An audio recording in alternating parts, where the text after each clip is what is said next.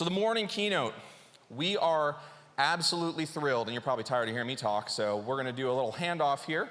But I have the pleasure of introducing Avani Desai of Schellman Company.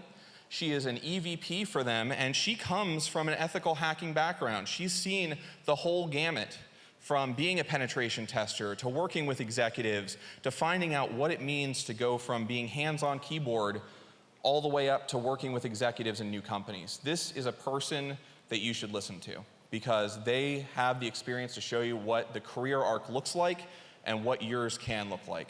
So it is my pleasure, again, to bring on Avani Desai.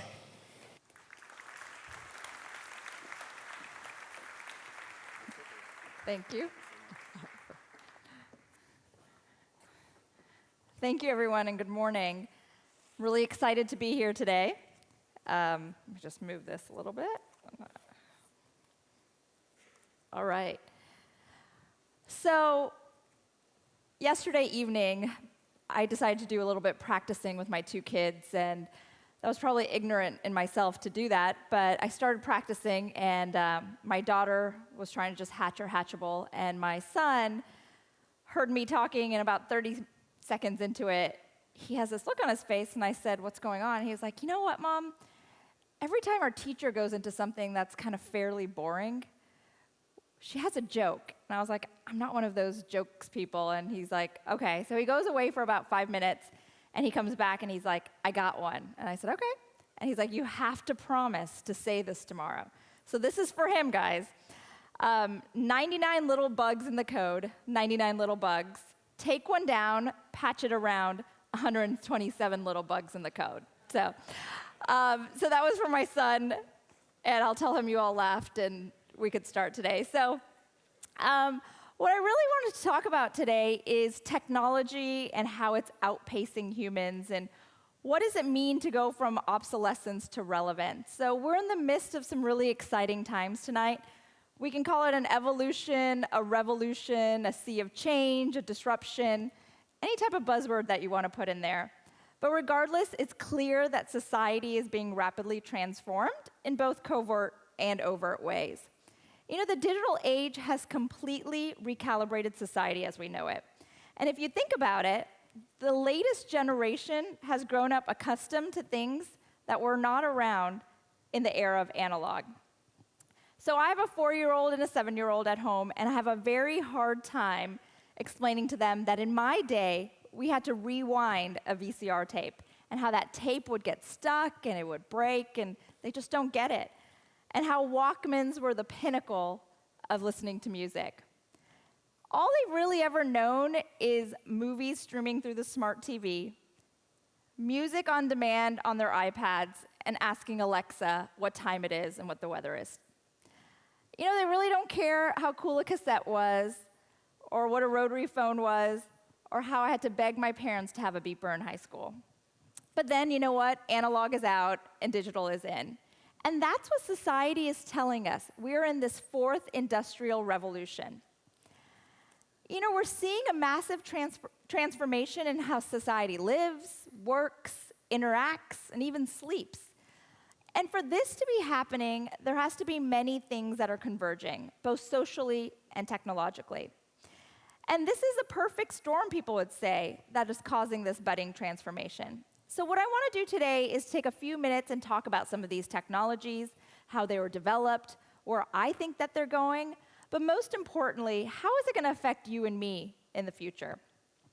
So during previous industrial revolutions, society adjusted to the progress and changes of these newly developed methods and technology rather quickly.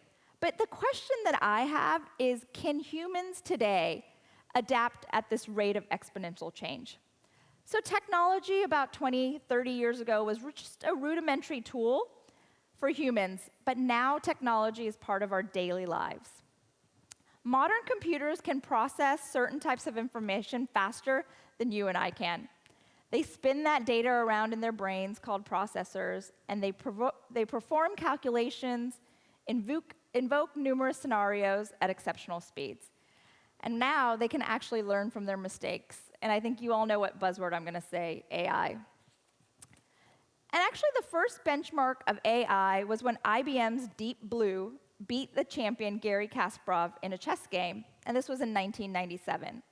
And almost 20 years later, Google's DeepMind AI in 2016 beat a human at the Chinese game Go. And this was monumentous for a reason, because it was a larger playing board, but not only that, it was an incalculable number of moves. So that even made it a little bit just more awesome than back in 2006. But I think the one that we've all heard of is when IBM's Watson famously beat two contestants on Jeopardy! In 2011, Watson was able to answer questions in natural language to win a $1 million computer prize. Watson has had dominance since then, and it's been completely revamped. Now we're seeing Watson in the medical field, in the law field, in the education field, and also now weather forecasting. But this is such a powerful cognitive system that it actually now is in fashion. So it recently analyzed tweets at the Met Gala, and these LED lights on this dress lit up based on the audience's mood on Twitter. So for a long time, machines capable of doing these things were all fantasy. It's things we saw in movies, things we read about. But I think Watson has demonstrated that it's today, this is reality. So what happens when technology becomes smarter, and what happens when technology becomes more accessible? Well, I think we've seen it already, Internet of Things.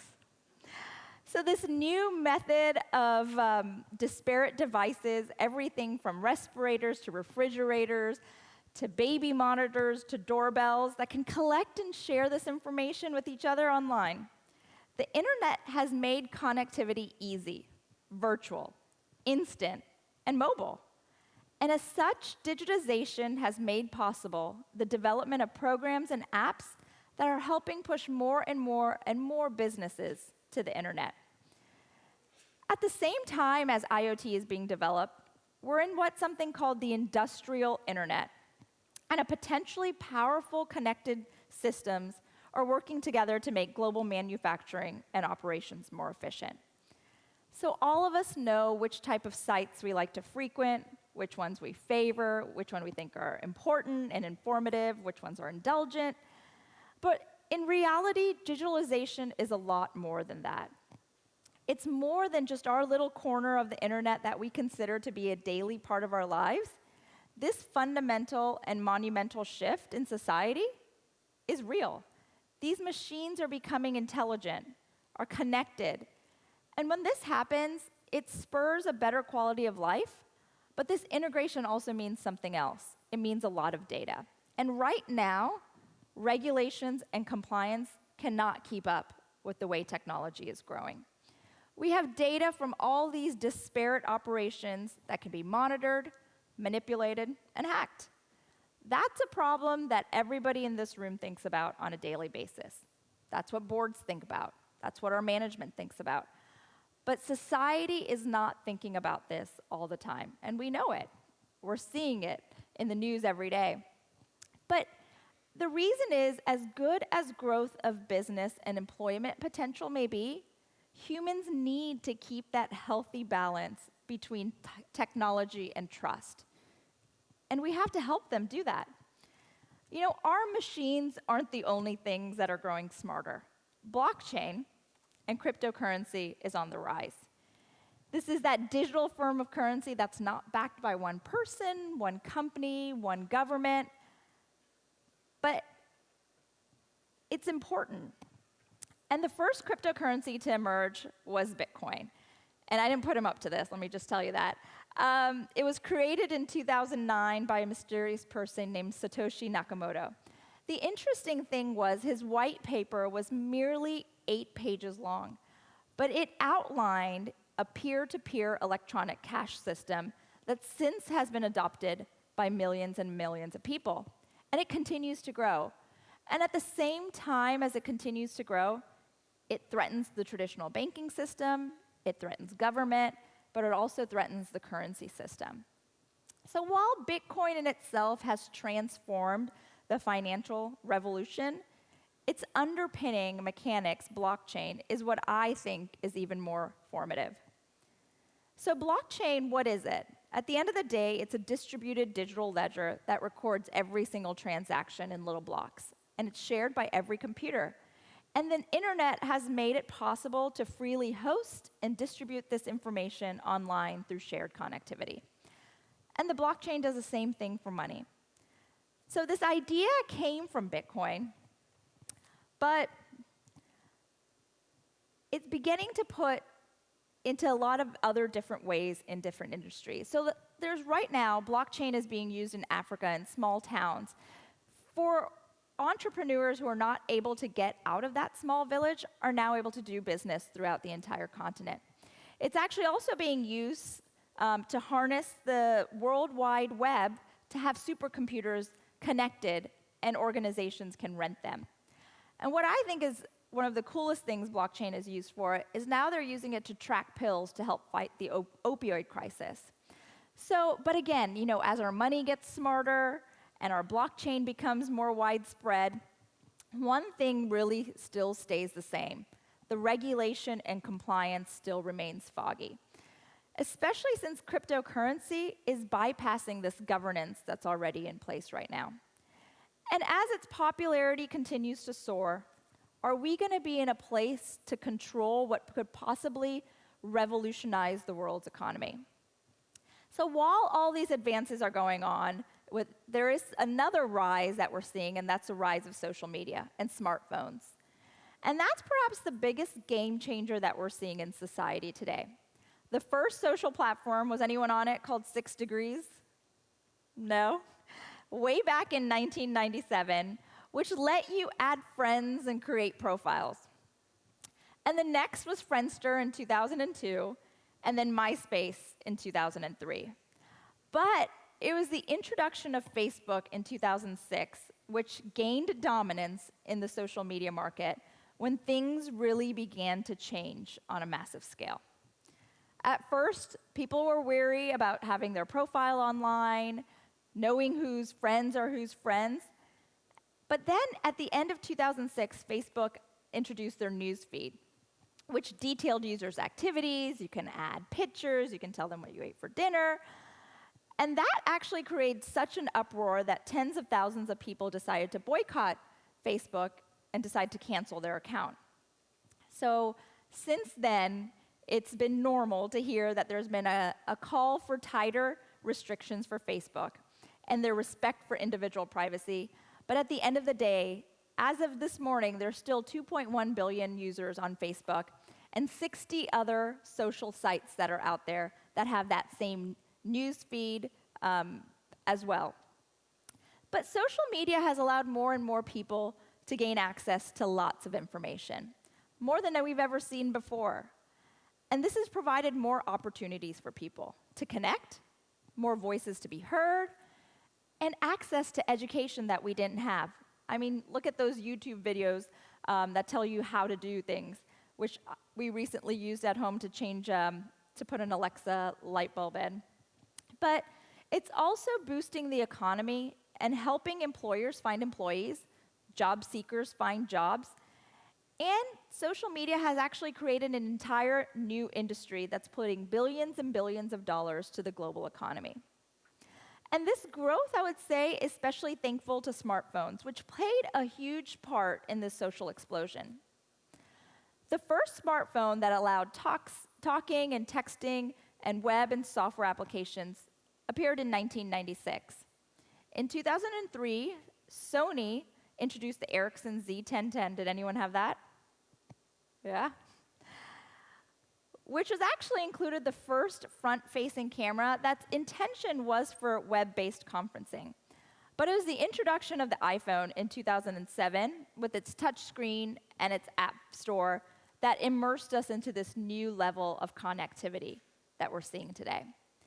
But despite all of these advancements, it hasn't all been good. The Great Recession of 2008 happened, and millions lost their jobs due to offshoring, outsourcing, and bankruptcies. Suddenly, a lot of people needed new ways to make a living. And what they saw from their parents, that 9-to-5 job, wasn't the way that they were going to make a living. So smartphones actually would play a large part in the rescue of these people. Sometime around 2010, a new workforce model came in, what's now called the sharing economy. But what exactly is a sharing economy? It's interesting because nobody really knows who coined that term, and it's interesting because when you look at the description of it, it's also very fuzzy. But what we know is it's peer-to-peer method of sharing assets online, which is happening globally. It's being practiced by multiple industries and making a lot of money. So you've probably heard this quote, and you probably saw it on Facebook, that said, Uber is the world's largest taxi company and has no vehicles. Facebook is the world's most popular media owner, but creates no content. Alibaba is the most valuable retailer and has no inventory. And Airbnb is the world's largest accommodation provider and has no real estate. Something really interesting happening. So this was Tom Goodwin. That's what the sharing economy is. It's companies like Uber and Airbnb that allow your own car to be a taxi, your own home or room to be a hotel room.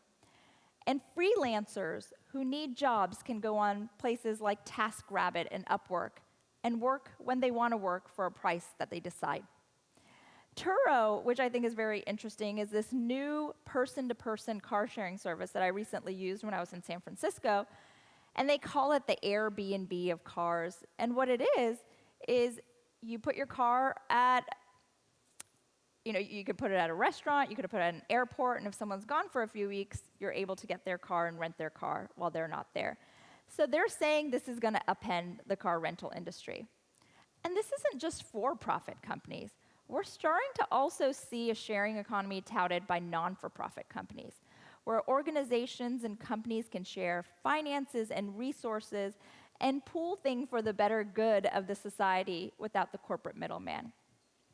This way to conduct business, to grow and develop, even today, hand in hand with the evolution of mobile technology, is happening at the same time that we're seeing with social media and digitalization. So with this portable internet connectivity, smartphones allow consumers everywhere to more efficiently search, buy, whatever they'd like, products or services, whether they're on the hunt for goods or services. Now you can achieve anything you want in the palm of your hand. You don't need an office, you don't need a website, you actually don't even need a computer anymore. This is really important because as crazy as iPhone prices are in the US, globally, smartphones are actually much more readily available than a laptop or a desktop, especially in developing countries. By compacting advanced technology and connection into a more budget-friendly smartphone, more remote and often impoverished places and communities are able to take part in this conversation.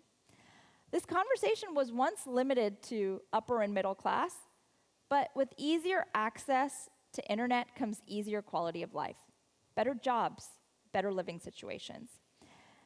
And through smartphones, previously untapped sources of genius and creativity are finally being heard.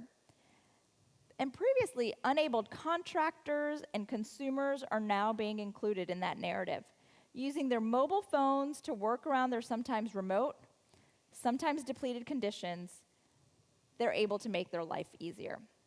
So as new markets and new places are being unearthed, these types of easy mobile transactions are driving, or at least are facilitating, a serious move towards contract, temporary, or freelance labor all over the world, not just in poorer countries. This was something that we sorely needed in that Great Recession of 2008. And according to the Freelance Union, 33% of Americans are currently freelancing. And by 2020, 50% of Americans will be freelancing as well. Even there's a name now that there are groups of young people all around the world who call themselves digital nomads, who have found a lifestyle of work and play in remote parts of the globe. And they thank it because to the heightened level of connectivity made possible by the smartphone and the internet. So at this point in our history, technology and connectivity are in hyperdrive. There are now 12,000 Bitcoin transactions that happen every hour. There are 500 currently this year startups developing products on the blockchain.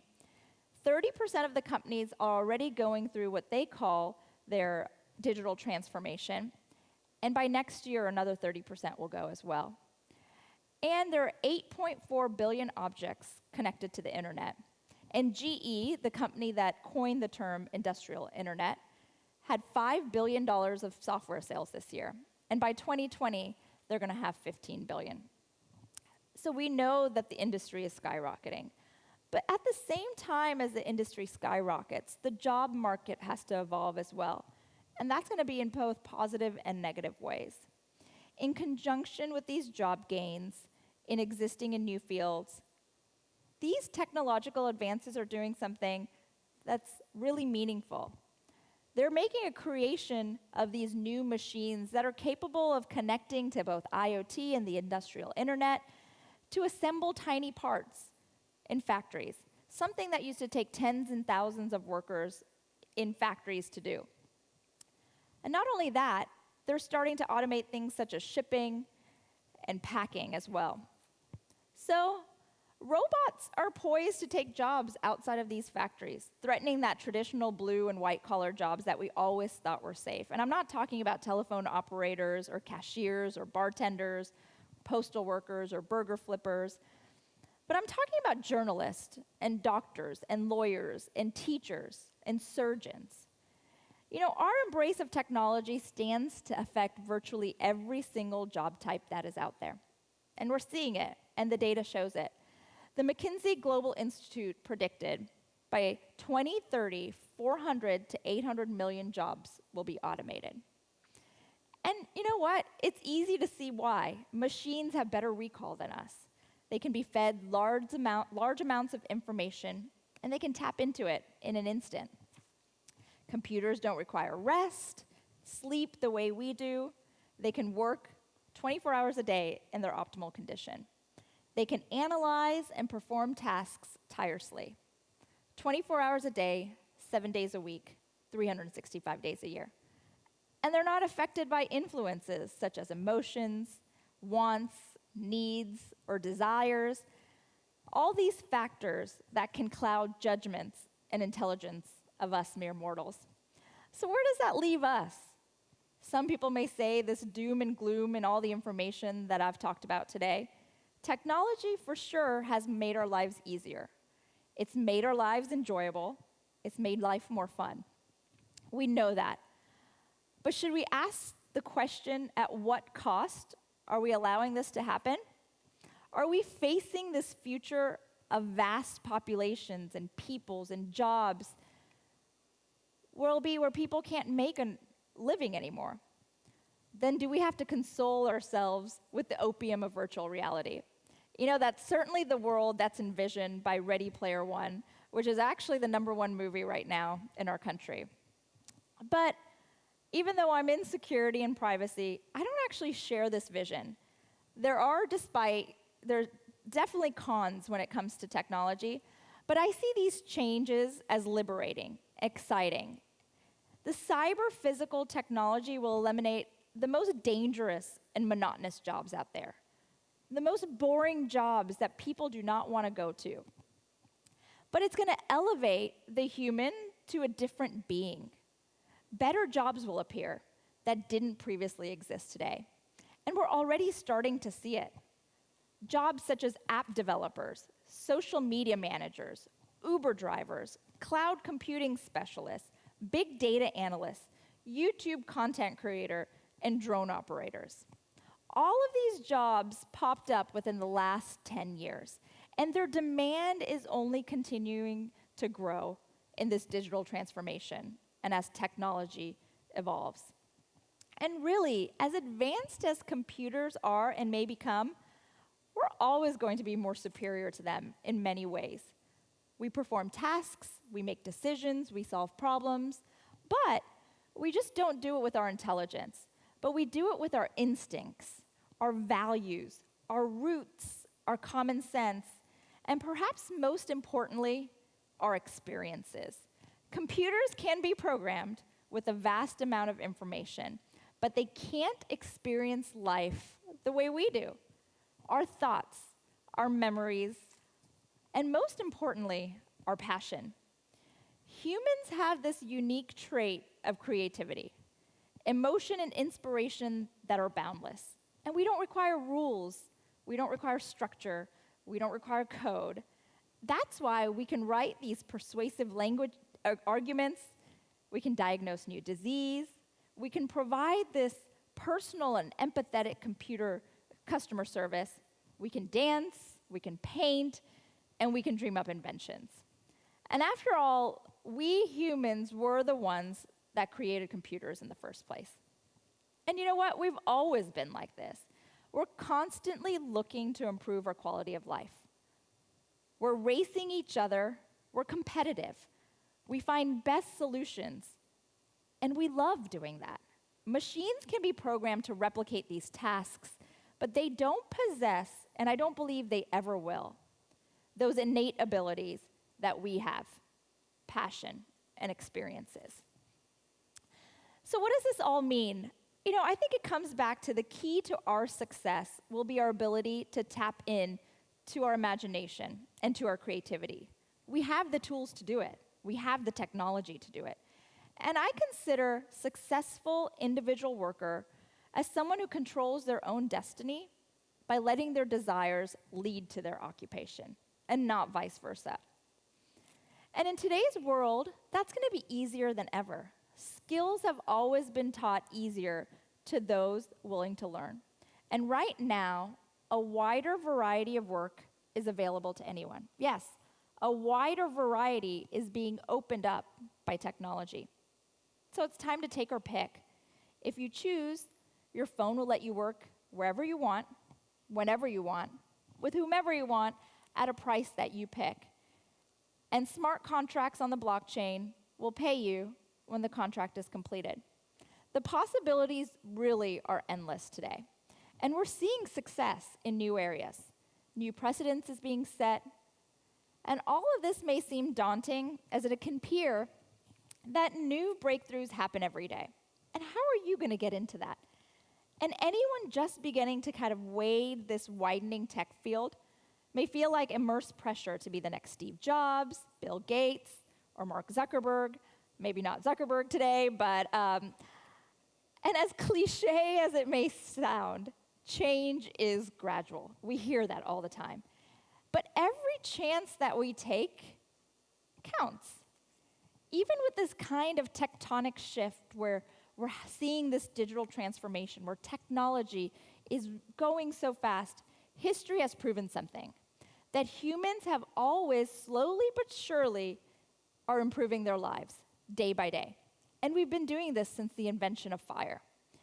And we'll continue to do this on a daily basis, no matter how big or small or seemingly inconsequential we think the breakthrough is. And as far as we've come, every day, different minor inventions are discovered, and each of those carry the possibility of building up and contributing to a larger than life invention. And with the equipment that we have and the technology that we have in 2018, the stage is set for this next generation to take today's tech and ponder new and exciting direction. So my advice to you and to myself is don't get lost in this sea of data or struggle to hang on to a dead-end job. Embrace this new world and use technology to empower your career, to your everyday life, for your family, for your friends, for your coworkers.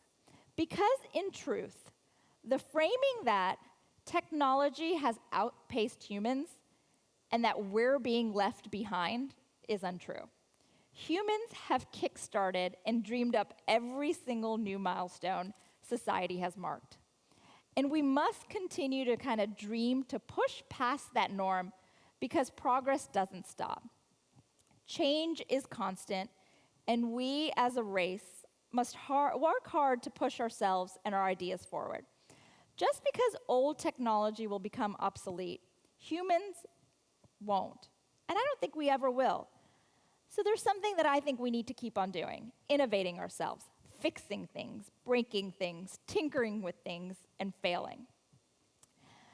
And as Gene Roddenberry, the futuristic creator of Star Trek, once said, it's not all over. Everything has not been invented, and the human adventure is just beginning. Thank you, everyone.